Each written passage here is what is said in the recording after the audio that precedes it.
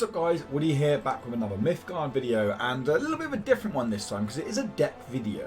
But it's more of a kind of deck video slash deck breakdown because we're talking about Gem Wars, which was a very recent tournament, as in it happened yesterday.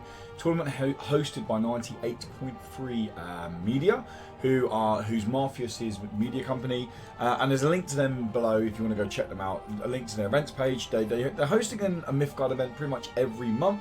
Last month was the Moonlight Masquerade, the Halloween style one, and then this time was Gem Wars. This one was a bit more relaxed. It was the condition of the tournament was you could only bring mono-coloured decks. So it was very nice to see kind of all the different colours getting represented. It was a very even spread of colours, but yeah, it was a really cool tournament. I really enjoyed it. It's actually still going on live now as of recording this during the semi-finals. Spoiler alert, I didn't get there. But I was super happy with how my deck ran. I was super happy with actually how the deck felt. And I wanted to share it with you and break down. So what we're going to do is we'll go through the deck in a minute. And rather than me going to play a game, we're going to go back through. And I've got 3 different matches that I played in.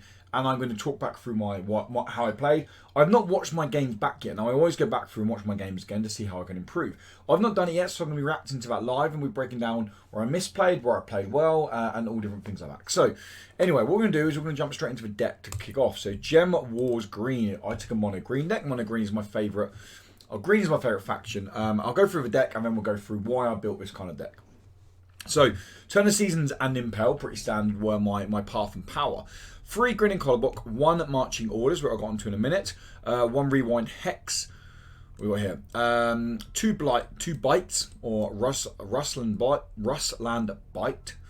1 Wake the Bones, 3 Detained, 4 Gallows Boy, 3 Raid the Tombs, 2 Spellflux Cauldron, 2 Academy Recruits, 1 Bella Witch Queen, 2 Led Astray, 2 of our Vedmar Sky Ranger, 3 Gamions, a Hydra, a Volkov, 3 Volkov Heavy, 1 Zira, a Traitorous Murmur, a Short Stag, an Aikutorsu, and 2 Idric Beasts. Now, let's go through why I built this deck and then what I would maybe change about it if I had played the tournament again. So the deck was very much built around the spell package. The spell package being, I didn't want to build solely into Zira, in terms of, Zira is a very big mythic in terms of every time you play a spell, it gets 2/2, which is huge, but there are so many cards that can bump cards back to hand. There's so much tech that could just remove Zira. And I didn't want to just build into Zira, but I like the idea of a spell package. So I started putting in things, I put in things like Spellflux Cauldron, which is an artifact. So whenever you cast spell, give your minions +1 attack, no extra health until the end of your next turn. Or until your next turn. Now add these with Detained, Wake the Bones, Rewind Hex, Marching Orders, and then really start building up, especially when you think you're giving extra damage to stuff like Short Stag and IQ, who are 8/8s and 10/10s with Overrun. Even Heavy, having a 5/5 with 1 armor, Overrun is huge, okay? Hydra being able to do more damage if it can build up as well is massive. Like, there's lots of cards here that can really build up to it. So you can see here, I've got 14 spells in the deck, and only 22 minions, which, so it's like, it's a lot of spells running in the deck, but it kind of felt like it ran really well. And I'm going to be honest, it did run really well. I had enough control with stuff like Led Astray. Even Vedmar Sky Ranger, with always playing mono, I could get the rush ability off on turn 3. So I could use this as spot removal. My beasts, I would probably drop beasts for the future, because there's a couple of times I drew them, and I just, if I didn't have Collarbock from the ramp from Collarbock, and I was often not being able to get beasts out, they were too slow, I would probably drop beasts next time and actually put down cards that were other cards that maybe would have a little bit more value in this deck. That's one thing I would say. But other than that, the deck ran really well. The Spellflux Cauldron really helped me get a lot of extra aggro damage. I had moments where I won games because I was able to get IQ up to like a 13/10, swing through and get 11 overrun damage with them in 1 turn. Like, it was that was the kind of stuff that was allowing me to win games. But yeah, overall the deck is really fun. If you want to give the deck a run or give the deck a go, this exact deck is linked below. I'm going to link it below, and have play around with it. See what you think to it. I've played it a little bit on ranked, and it's done okay on ranked. It can be slow. That's the issue with this deck. If you don't find Collarbock and you don't find Gallows Boy, you're really looking at it can be really slow to really get the deck going, and that's where it really falls down. But anyway, what we're going to do now is we're going to jump across into replays of games that I played in. Now we're going to look at game 1 I played in, and we're probably going to look at then game 3 I played in, and then we're going to look at my final game, which was game 5. So I got to round 3 in the winners bracket, as they call it, because it was double elimination. Then I lost in round 3, so I dropped down to loser bracket, and I got to round 3 again in round 5 in losers bracket. But anyway, enough of that rambling. Let's jump across and break down some of these games. Okay, so the first game I played was Dunusaur. Okay, I won the series 2-1 overall, and this is the first game we played here. So I open up with a pretty good hand. Beast is a big expensive hand in there, but I've got enough in there. Okay, double enchantment in this deck is a little bit slow, so I was free to open play with it because they didn't play anything now. Now obviously I can see their cards now. I couldn't see their cards actually during the game, obviously. So yeah, now we can see their cards. Any decision to make, and you think it's wrong, then just let me know. So having a enchantment on the board, then allow me to play here. The decision I had to make here was, do I play Gallows Boy over here? But with them playing Red Rush, I need to bait them. I need to stall them out as long as possible. I win the long game against Red every day of the week. I don't win the short game against Red. So giving them free, like if I played Gallows Boy here, we had 4 damage to the face next turn, which is just, I can't do that, okay? What I can do now is I can play this to stall this out. And that's what I really need to do with this deck. I need to stall out Red. By stalling out Red, I can really slow them down. So I'm still up on life, and I have card advantage. This is where I want to be with Red. Going into turn 4, I'm playing a 4-4 on the board. We look in their hand, they don't really have much more. I mean, this is the damage, obviously, but they don't have big cards in the hand because it's mono red. Playing on curve, okay, at the moment I don't have anything big, but I have cards here that are stopping them off, okay? I'm shutting them down, I'm closing them down. We have the card advantage. We're set up pretty nicely right here. Okay, pulling a heavy is obviously massive, and being able to play heavy on curve is huge. Now, obviously, playing heavy here, the only reason I've done it here is the armor from heavy and from bite doesn't stack, but a heavy does get 1 extra damage, meaning if I want to swing through for overrun, I'm getting 1 extra damage to the face, which is pretty huge. Now, I just want to pause this in a second because of what I top deck here. So, we draw 2 cards here, and I just want to pause this because my play here was, I was very much thinking about what I would do. Now, I'm going to play it and I'm going to stop afterwards to break down why I played what I did. So playing this here, I burned the Detain. I don't really need the Detain. I've got my Spellflux Cauldron out. And then I was able to play Raid the Tombs, leaving me with enough mana at the end, because it's now buffed with Spellflux Cauldron. And I was able then to play Marching Orders. Now the reason I play Marching Orders is you can see I pushed everything across. My heavy buff to an 8-5. And it now means that I can, this is the only card that caused me damage. And it has life, it doesn't have life tap, sorry. It has Agile, so it can swing to one of these. I could swing through here. I could get 7 damage to the face. Okay, I would take 2 damage on this, and either of these wouldn't kill me. Okay, because I'm not in winter. They would have to trade both these in. It's a really big play. That Marching Orders to come across completely shut down their deck. Completely shut down this part of their deck. So we play it out, and we see this pretty much won me the game. That one play there, playing the Marching Orders with Spellflux out. This is the whole idea of the deck I had. Was playing with the Spellflux to buff cards up. Really puts them in a sticky situation. So here I get my IQ, which is perfect because I can burn this, and I can drop an IQ opposite the 2-2, which is huge. They can have Alpha Strike all they want. They're not going to be doing much damage, while I have IQ on the board at 10-10. Okay, Volkov Kolobok is I don't really need to play him now. I played him because I don't need to burn it. I'm at 7 mana. I've got nothing else I want to burn. Putting the pressure on there at 5 health now. I need to deal with this over here because remember over here this is a 1-1. However, if I play a spell, then all of a sudden this buffs. So then I'm now forcing them to play cards. Llama's Kiss here is nice because they can swing around or they can swing into it and they get the life tap, bringing them back a little bit. Okay, and now we're top decking, which is a worry. It's a concern. This has Agile, but we have the life advantage. Okay, this swings next turn, it kills. Okay, this here is pretty big damage for us. We are still top decking, and they have the life tap going, so we have to start panicking. But Raider Tomb is amazing because again, the reason I put it into a deck Spellflux Cauldron now buffs both of these cards up, and they start getting really big. We can play Volkov here. This can now come impel over. Trading's there. We can swing this to face. We can pull this back to get the agile, and off we go there. This is now lethal next turn because we can give it agile again, and it has 3 damage to the face. They play Lord Valentine over here, which then gets an action because the breach ability of the vampire. However, we have enough to swing through because this heals up there. That's how game 1 went in the series. So we are currently 1-0 up. Let's move on to the next game.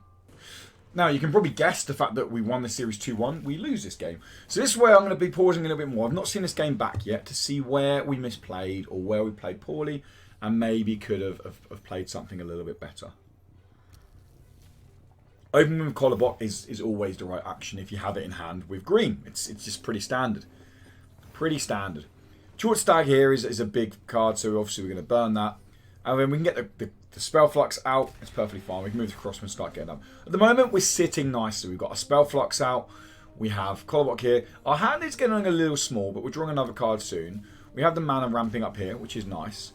But what we have now, the issue we have now is, well, we do have a card here, but we're now very slow on green. The issue we have here is once we play this, we have no turn 4 play at the moment. We have nothing here we want to be pulling back because we have Wake the Bones and we don't really want to be pulling Collarbot back. So we really need something on curve to play something turn 4. Okay, or we are 1 mana ahead. We could be playing this next turn anyway. But our hand is slow. We don't have much in terms of board present minions. So we play this here. We then play this, which is a misplay by me.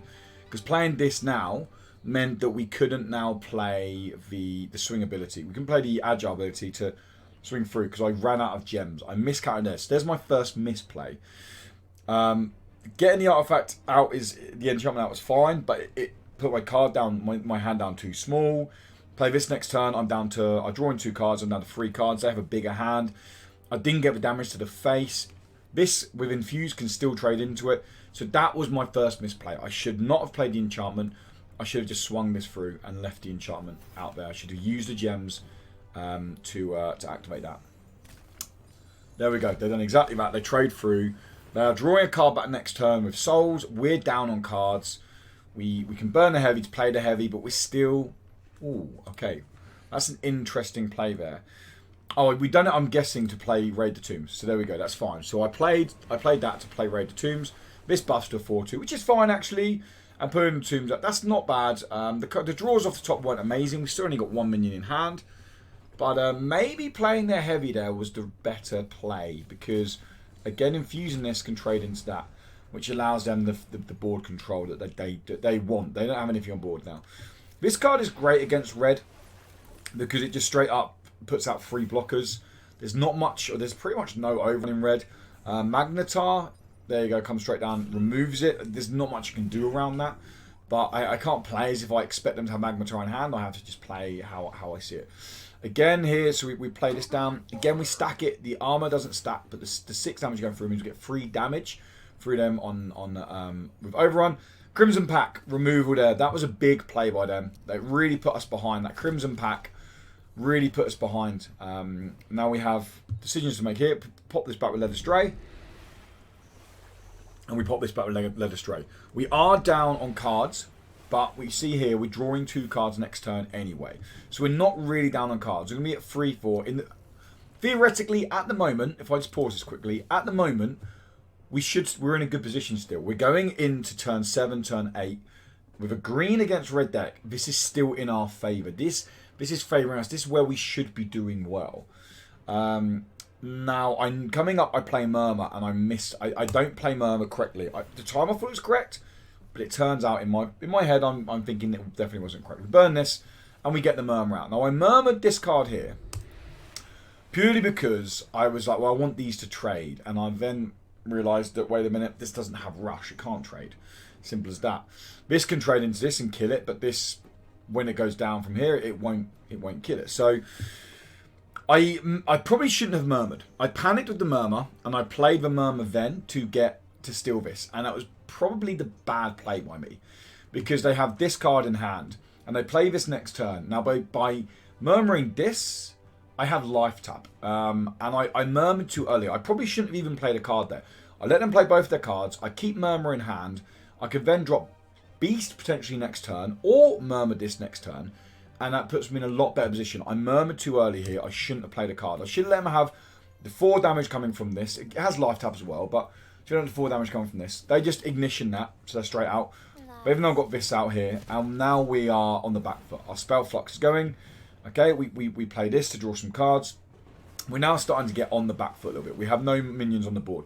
Whereas if I'd held off just one, I could have played this to pull this over here. This doesn't trade. Well, it would do because it's winter. But yeah, we would have had more of a life tap on it, shall we say. They got Crimson Pack again, which was unfortunate for us. They managed to find 2 Crimson Pack in their top 8 draws, which was pretty big from them. We're now really on the back foot. We play this here, and we're thinking, okay, maybe we can see this out. Panic Radar over here. Swings through. It draws them. They're starting to get the board presence here. The Agile coming through with the life tap is just too much, and we can't deal with it. We just can't deal with it. So if we go back to that card there, if I murmured this, they don't get the 5 damage at the end. We get more life tap off of it.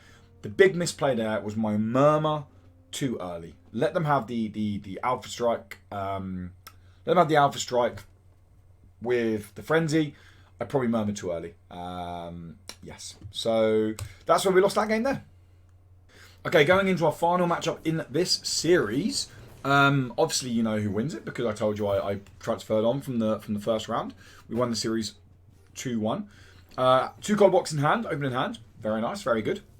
So naturally, what we think about is what do we burn here? Well, we have 3 collar box in hand. We don't need 3. We burn one in the collar box, and we play a collar box over here. But they're not running Infuse. Sorry, they're not running Impel. So I can play it over here. They're not going to Impel it over. It also means that I can trade this in. So I don't want to get greedy. Never get greedy with collar box, guys. I can move the collar box across and trade into it. The decision I've got to make here is what do I play next? What do I start developing? Now, this was actually a misplay by me because what you got to think about is, well, it's not so much misplay, but what I got to think about is red is very good at countering collar box. This goes out, and it's a free board, so I can see why I would play it, but Gallows Boy is probably a better choice here. If they have Ignition in hand or anything with Ignition like that in hand, they can't play it. If they have a Trapezist in hand, they can swing into this, and it won't, the Trapezist stays around, this goes. It doesn't get any mana. I should start thinking about, well, wait a minute, I don't get greedy, I've got my extra mana off of collar box, that's all I need. Let's save this to burn next turn and let's play Gallows Boy. That's what I would have done in hindsight. Now, that wasn't the correct play by me then and there. So that's exactly it. Exactly as we said. They played that into. They now have board presence. They wouldn't have had that if we had Gallows Boy on the board. You can play Gallows Boy. Yes, it blocks off now, but we're a card behind really. We should have been able to burn Collarbot this turn. There we go. Now they can get the Breach Bead. This card wouldn't be around if we played Gallows Boy beforehand. Or it would be around, it just wouldn't have traded into it. And we would have had a bit more damage to face. So at the moment they have got quite a lot of advantage over us on health. Getting Hydra out's pretty nice there. But again, they have the Crimson Pack in hand. So they don't play it yet on the 4-5. But we have this here. We still don't have tons of what we can do here. So we move this over to trade this in here because it will stay with the 1 health. And we can swing this in there. And now we can start really developing the board. Now we are starting to get where we want to. We have same cards in hand, but we have a better board presence than them. They have the Magmatar. We knew it was going to come. And there you go. It's a good Magmatar to remove that stuff there. And these obviously will trade. So again, still we have the card advantage, and we're starting to get somewhere. Now the reason I play Zero here rather than maybe Ladder Stray this or Ladder Stray this is because I'm like, well, this is red, okay? They're low on cards now. I can really start putting pressure. I'm in a pretty good position now. I have card advantage over them. We don't have the life advantage, okay? They have no souls in their Journey of Souls. Playing Zero now, knowing that I have 3 spells in hand, okay, if they don't deal with this straight away now, I'm going to really start building this Zero up. And I was in a position where I wanted to put pressure on them. Force them to play. Almost control what they do next, okay? Now, if they wanted to remove this, that's saying, obviously they have a Crimson Pack, so they play Crimson Pack. They take 6 damage off of it, which is irritating, but hey ho. But now all of a sudden, that one player, we're only down on 4 life, and they have no hand. We have a hand now. We have our cards here. We can let us trade this. This has Alpha Strike. It's still not removing into it. They are now top decking. We are not top decking, okay? So it's the fragile means that goes off, and it's irritating, but there's not much we can do about that. They still have the advantage there, but we're better in the long game here, okay? We have to be confident that our long game is going to be better than what they're doing. This is going to be doing 4 damage. It's fine. We see what we draw. Absolutely fine. We can throw this down over here. We're not aiming to get anything off it. This is stunned for now, okay? We're not aiming to get any damage off of it or anything like that. We're just stalling them out. That's exactly what we need to do. This is perfect because we can burn this now and we can drop the beast. Trade that in there to get the extra mana. It's fine. We stun it again and we drop the beast down over here. Now, they can't deal with the beast. Now, all of a sudden, yes, our health is low. But now, this is where green starts to really come into it. We're controlling the board effectively. We are really starting to put pressure on them and dictate what they do. This is perfect because they've played 2 Magmatars now. We know they played 2 Magmatars. They can't get rid of this. This is a blocker for 3, maybe 2 turns with Magmatar. We have a free play with Wait the Bones, and now with Raid's Tombs, and now we've got a 10-7 with armor beast out, and we're starting to get damage through here. Okay, so now we can trust in our hand and go, wait a minute. They're starting to get cards back, but wait a minute, we're fine here. This is good for us. We're doing well here. This is suiting us out more and more and more. Okay. The reason we murmur this card here is it's making the vampire cards cheaper, which we don't want that to be the case. And also it's 5 damage. 5 damage for free. We don't want that, okay? So we simply murmur it. And we still have 10 damage over here. One swing from this card here, and we're already up by 1. That's what this green deck is built around. That's what we need to do. Be patient, stall out the red like we've done, and now they're top decking. Yes, we're top decking as well, but our board presence is significantly better than their board presence as well. We can detain this so that has absolutely no attack on it. We have the ported, ready to deport a card if we need to next turn. We can trade this into here. This can't. We can attack. It's not going to do any damage because it's detained. Anything they play, we can swing into. Remember, Beast is warded, so they can't ignition it. And they play us over here.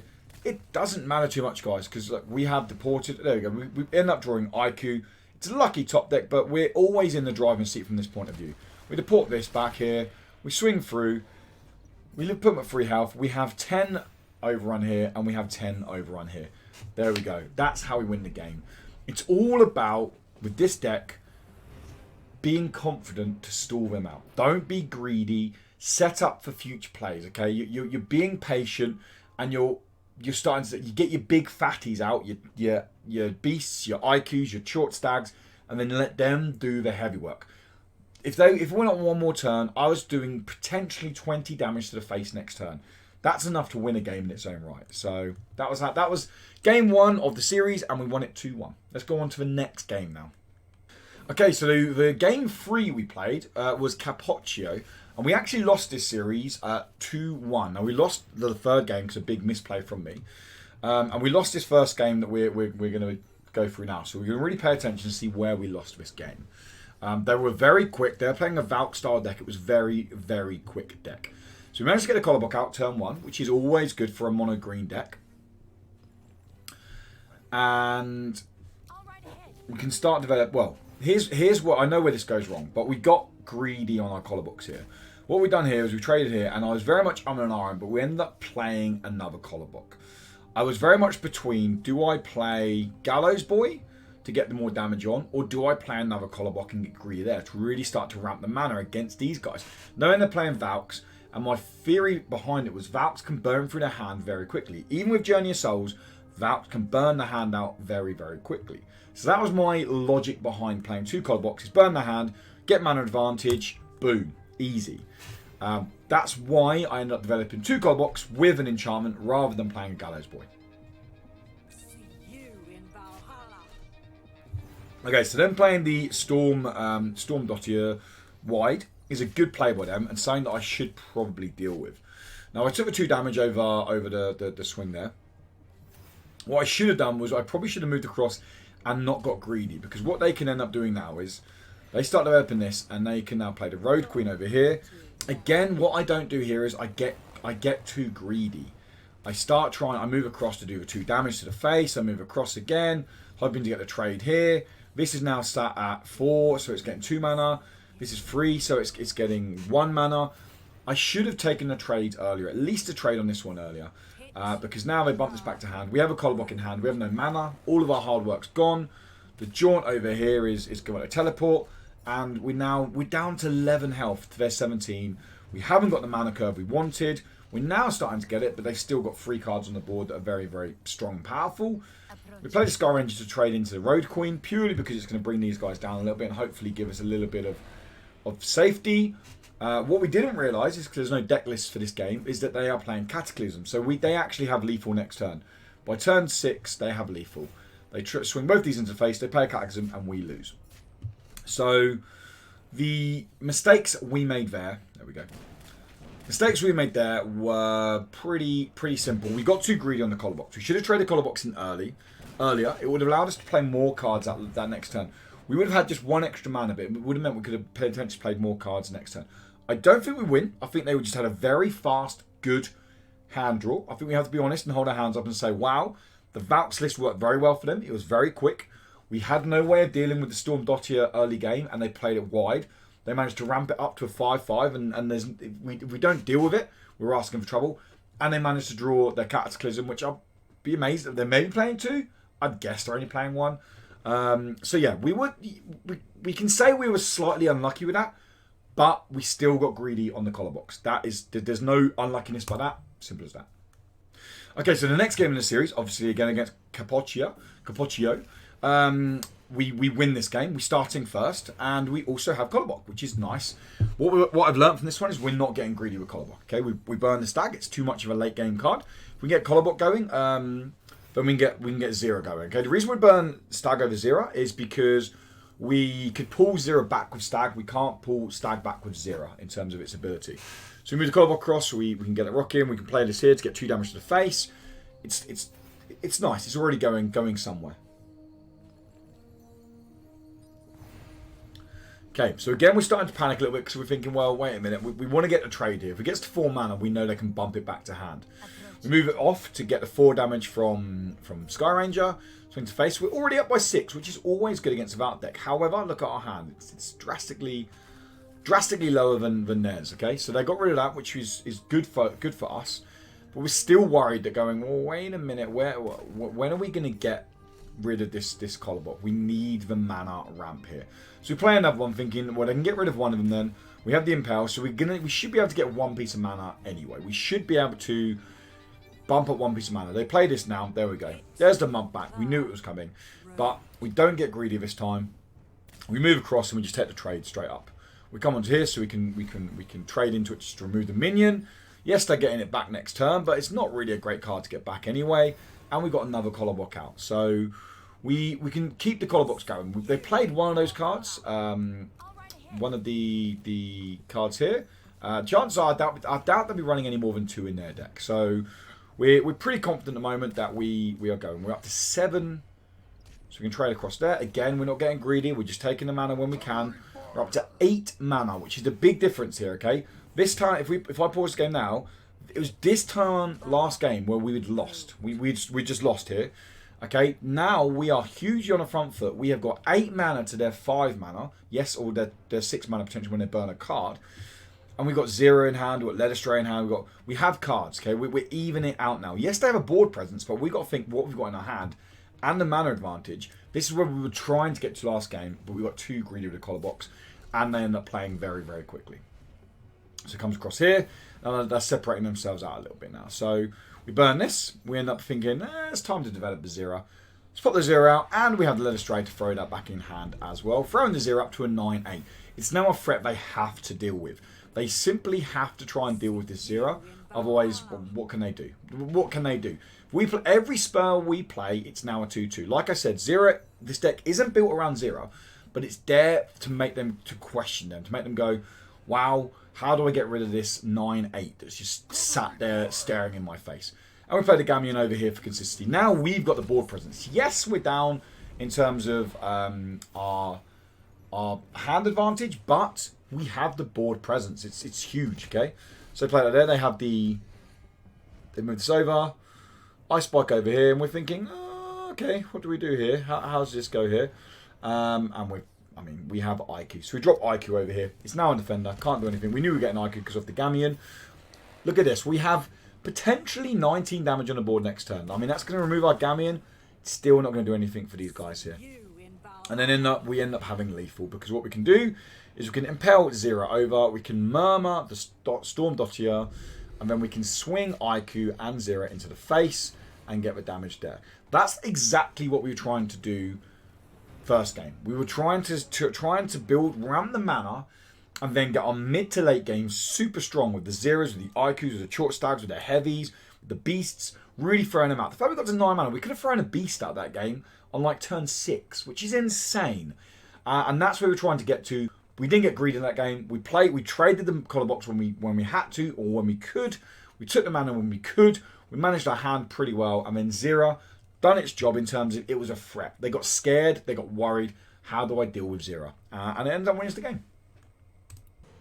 Okay, this last game is going to be a bit of a painful one to watch, because I know I should have won this. This put me into the loser's bracket losing this game, and I should have won it. And I will pause it at the exact point I should have won it. I know where I should have won it. But it's the exact same decks.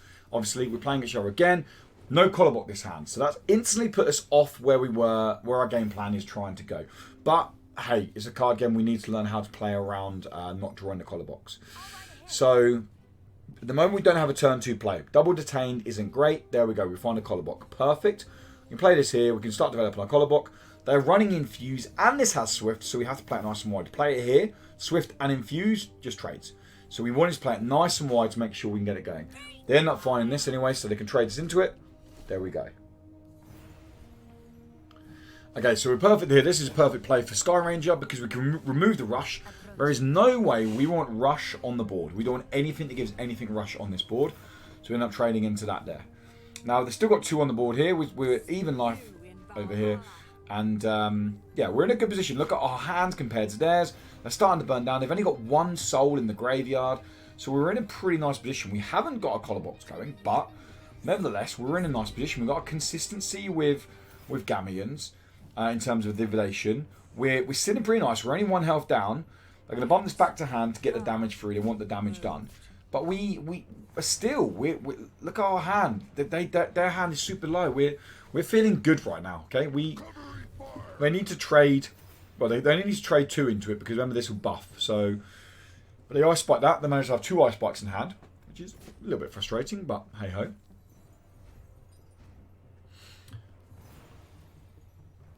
Okay, so we're getting to the point now where it's getting to crunch time in the game. We drop down a heavy over here, which is a pretty fair enough, understandable play.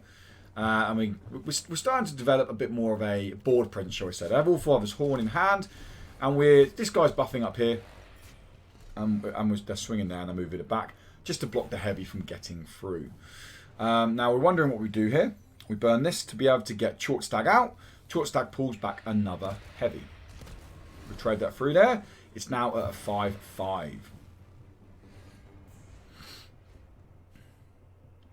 So at the moment we're thinking, okay, do you know what? This is pretty good. We're doing all right here, okay? We've got an 8-8 on the board that can only take 3 damage and has got overrun. We've got a 5-3 on the board that can trade straight into this. And it's going to take, and we can remove it.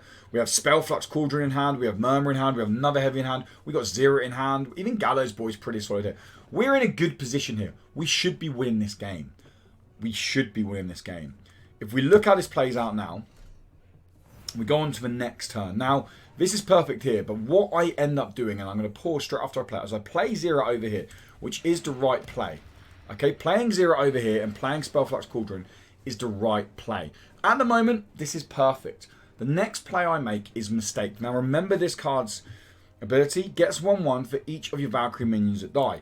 Now, you'll see I trade this first, which now means that, yes, I got the overrun, but this is now a 6-6, meaning that now this doesn't trade. Like, the reason I didn't swing here is because I all of a sudden realized I now can't trade. I can't trade this card. which basically meant that if I swing, this dies, this doesn't die. I can't do that. That's a bad play. Ends up meaning that they're allowed to trade into this here, get the overrun, play Allfather's Horn, and swing again for lethal. They should never have won this game. If I trade the heavy into them first, and then the short stag through that there, I have 0 on the board, I still have short stag on the board, 13 health, I go on and win the game. I go on and win that game. I have no doubt that I will go on and win that game. Unfortunately, my sequencing and how I played that last 2 turns was very poor on my half. And that's what I mean. I rushed then. I rushed my plays. Guys, please take your time. That was a perfect example of someone completely misplaying. That was a complete misplay. I lost that game completely there. Full credit to Capoccio for winning. Like, really good. Like, played really well. Put me under pressure the whole game. But that there, I have to hold my hands up and say, I completely lost that game. That game was there for me to take. For me to win, I had another heavy in hand. I had lots of big overrun minions in hand. I had Spellflux Cauldron on the board. We were ready to go next turn, and we couldn't because I lost it. So, yes, that was completely my fault. But anyway, let's move on to our final game we're going to look at today. Okay, the final game we're going to look at was round 4, of the losers bracket, which was against 1083. Now, this was against yellow, which is very control heavy. So that's why I wanted to pick this one. But yeah, so this is our game. I won this series 2-1 overall, but I did lose the opening game. So let's look at this game here, see where we lost. No, sorry, I won this game. I won this series 2-0. My bad. I won the series 2-0. Getting Collarbock opening hand against yellow is always going to be strong because Collarbock, yellow doesn't have an answer for a Collarbock. Simple as that. So having Collarbock here, our hand at the moment is being very, very kind to us. Playing Bite over here, moving Collarbock onto it, swinging for 2 damage is good. We're against yellow. We can start being a little bit aggressive, not like massively aggressive, but we start chipping away at the damage on turn 2, which is always good. We have something here that's going to be building up our mana. It's exactly what we want. Now, the decision I decided to make here is I decided to let astray the Meso because I'm thinking, do you know what? Yellow haven't got tons of answers for bumping cards back to hand. Keeping this developed is probably going to be pretty good. It forces a Poxbringer out, which is a pretty good trade for us. We will take that all day long. It stops one of our bigger minions getting Poxbringered. And then Collarbock. And then we have the mana ramp. We're coming into turn 4 and we are able to start dropping 5 mana cards. We play this here because we know that they're going to draw a card this next turn and we can trade one of these into it. We have plenty of blockers here. And then this is now coming out with armor and is doing 3 damage to the face. So very early Wonder Drug for my opponent, but if they need the card draw, they need the card draw. Simple as that. Now we have the Spellflux, which is absolutely perfect for us because we have lots of minions on the board. We can play the Spellflux, we can then play Raid the Tombs, allowing us to draw 2 cards, but then look what it does to our board. This is why I built the deck, guys. This is why I put Spellflux in the deck. It's for this synergy of all of a sudden allowing us to get an extra 3 damage to the face just off and draw 2 cards with one play. Like, I really like that combo, and yeah, it worked really well here. We're really putting pressure now on our opponent with life. Now we look at this here. Well, wait a minute, we've got another Spellflux. We play this. We can actually remove the 6/6 with our minions because now he's buffed for 2 every time we play a spell. So we burn the card there. We're pretty even on cards. We're slightly down on cards, should we say, but we're fine. We have the mana ramp there. These can trade into it. And now we can do 5 damage to the face and 3 damage over here. We're really starting to put the pressure to this yellow deck. We're almost playing aggressive with green. This is absolutely fine here. Another Wonder Drug from them. Just before the threshold of drawing the extra cards. And then a Maze. A Maze comes down here, which is slightly bizarre because we can just trade into Maze straight away. Remember, we still have 2 Flux out. Now, because... I just want to pause that there. Some people would say, well, why don't you play this opposite card? Look at our health difference. We're 11 difference, okay? Playing a 10-10 wide, what are they going to want to do next turn? They have to answer that 10-10. They have to come over here and block this 10-10. Otherwise, we pretty much have game. So I'm starting to play wide to dictate them. I looked at my life advantage. I know I've got the upper hand. I'm now dictating where my opponent plays. Lo and behold, did I know that they have a very good card in the game called Missing Free. Oh no, so they Poxbringer first.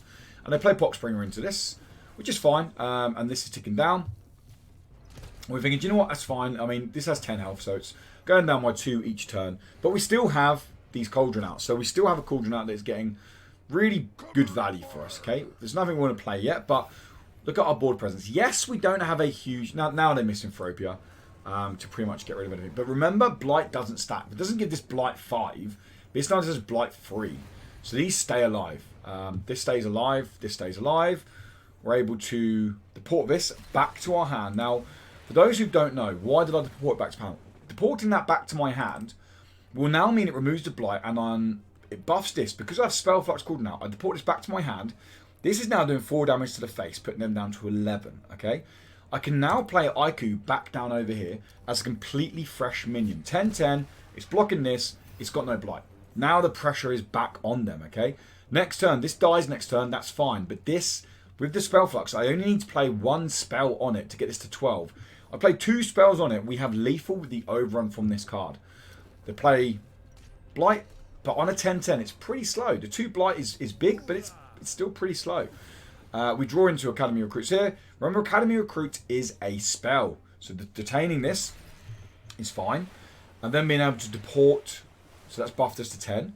Then playing the Academy Recruits over here, again, acts as a spell. It bumps our IQ up to 12 because we have 2 Spell Flux out. And now deporting this, it bumps our IQ all the way up to a 14, which allows us to trade through and get Lethal.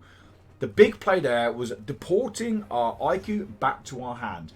It allowed us to recycle a very big card in our deck.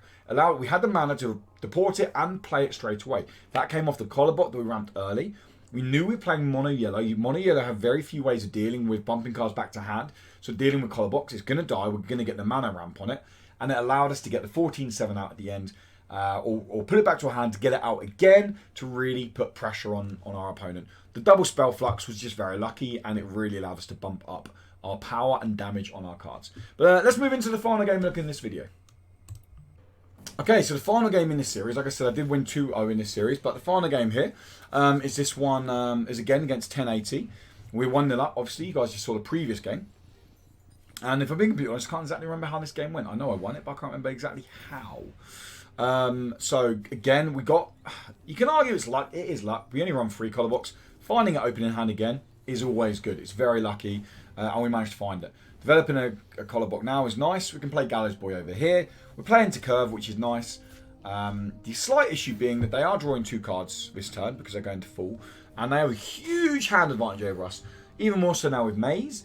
Having a hand advantage over with yellow can be a little bit scary. There you go. Now there's another Maze coming down, and this guy here. So we're starting to not worry, but start to think, well, okay, what do we do here? So we take the trade there. That's understandable, and that's fine.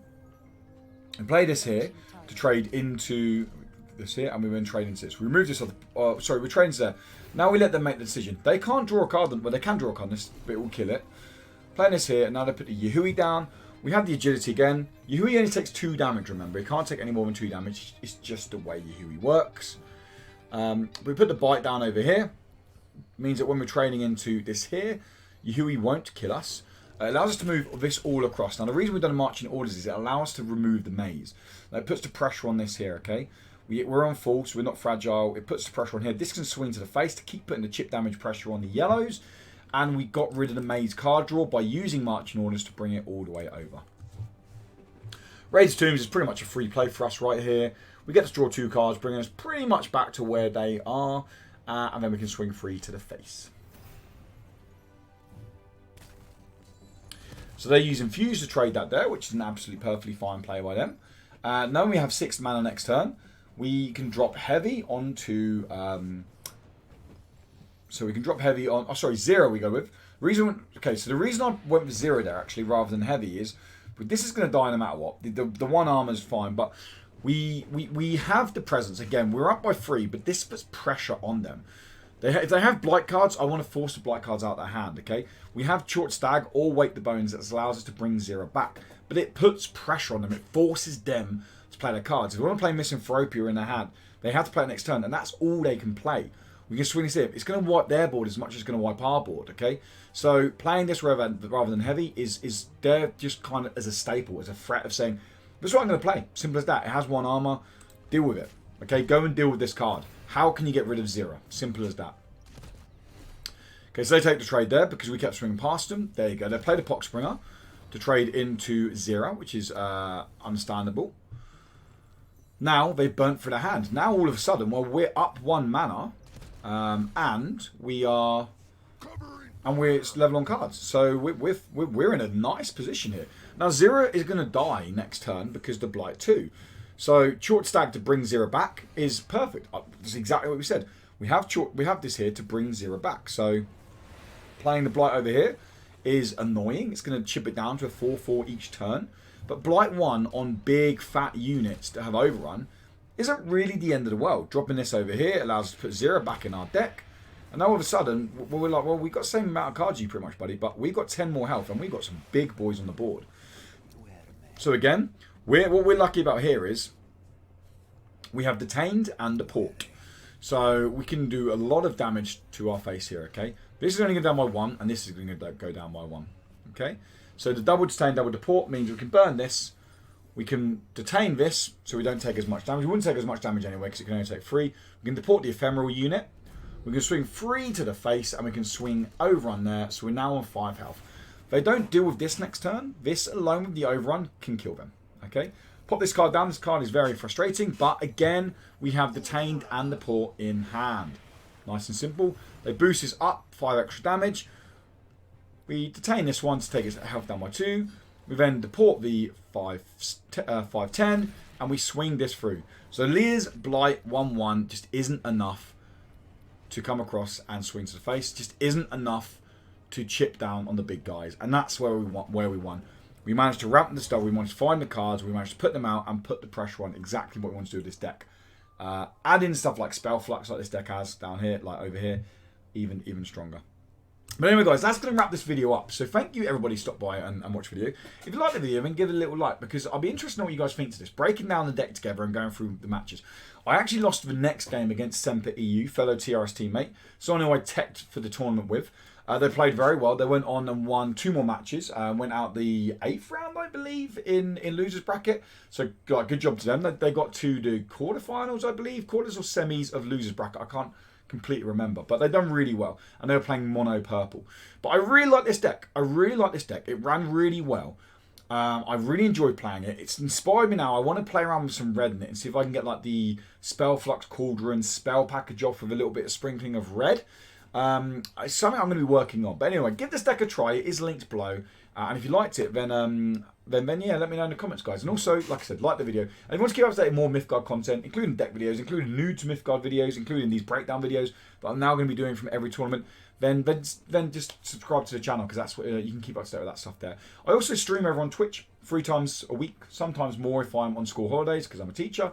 If you want to go and watch me over on Twitch, link to the channel is in the description below, and also link to my Discord, where I just chat Mythgard or footy or gaming or indie games or whatever with people. It's a really chilled vibe. We just chat nonsense over there, so come and join that if you guys want to.